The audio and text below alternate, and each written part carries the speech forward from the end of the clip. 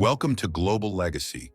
Here we uncover the hidden stories of visionaries, revolutionaries, and forgotten minds who shaped the world. From legendary leaders to radical thinkers, we bring history to life like never before. Subscribe now and join us on this journey through time. Now let's dive into today's incredible story. What if death was never meant to be permanent? What if every human who ever lived could one day be brought back to life?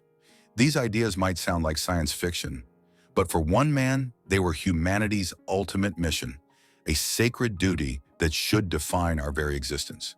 His name was Nikolai Fedorov, a 19th century Russian librarian and philosopher who dared to ask one of the most profound questions in history. Why do we accept death? And more importantly, can we reverse it? For Fedorov, the answer was clear. Humanity's destiny was to conquer death, resurrect our ancestors, and expand into the stars.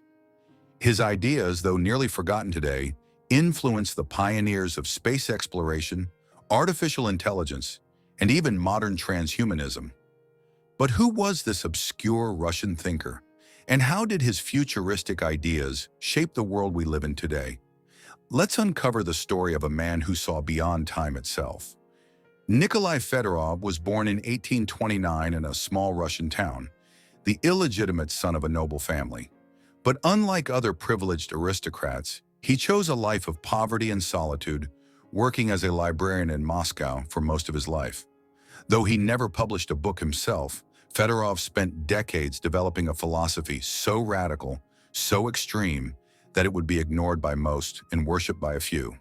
He called it the common task. His mission for humanity was simple: defeat death, resurrect all ancestors, expand into space to sustain infinite human life.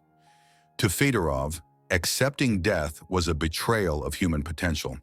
He believed that just as we have used technology to conquer nature, we should also use it to conquer mortality.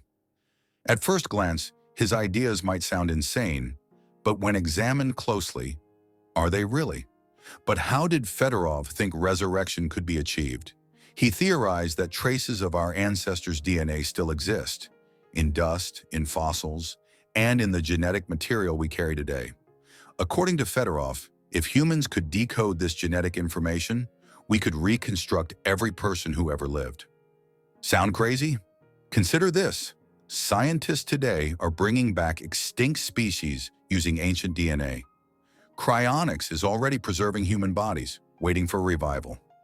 AI and brain mapping suggest future possibilities of digital consciousness.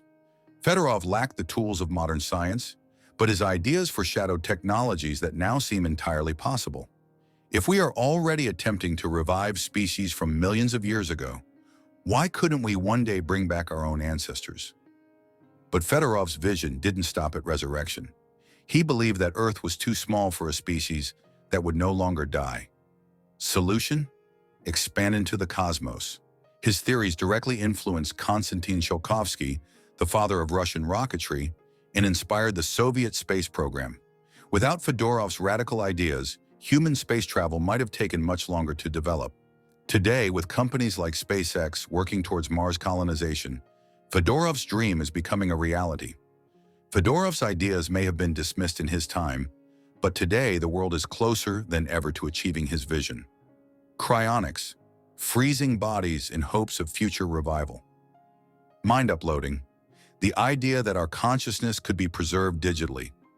DNA editing, genetic modifications that could extend human life indefinitely. What if Fedorov was right all along? But here's the question: if we could all live forever, should we? Would the Earth collapse under extreme overpopulation? Would we be forced to colonize other planets? Or would humanity ascend to a godlike existence, free from mortality? Whether we fear or embrace it, one thing is certain: Fedorov's ideas refuse to die. Conclusion: a legacy beyond time. Fedorov died in 1903, his ideas largely ignored. But today, as we push the boundaries of technology, AI, and genetics, we find ourselves rediscovering his vision. Was he a forgotten genius? Or was he simply born too soon? Subscribe for more mind-blowing historical discoveries. Like, comment, and share if you believe the future is closer than we think.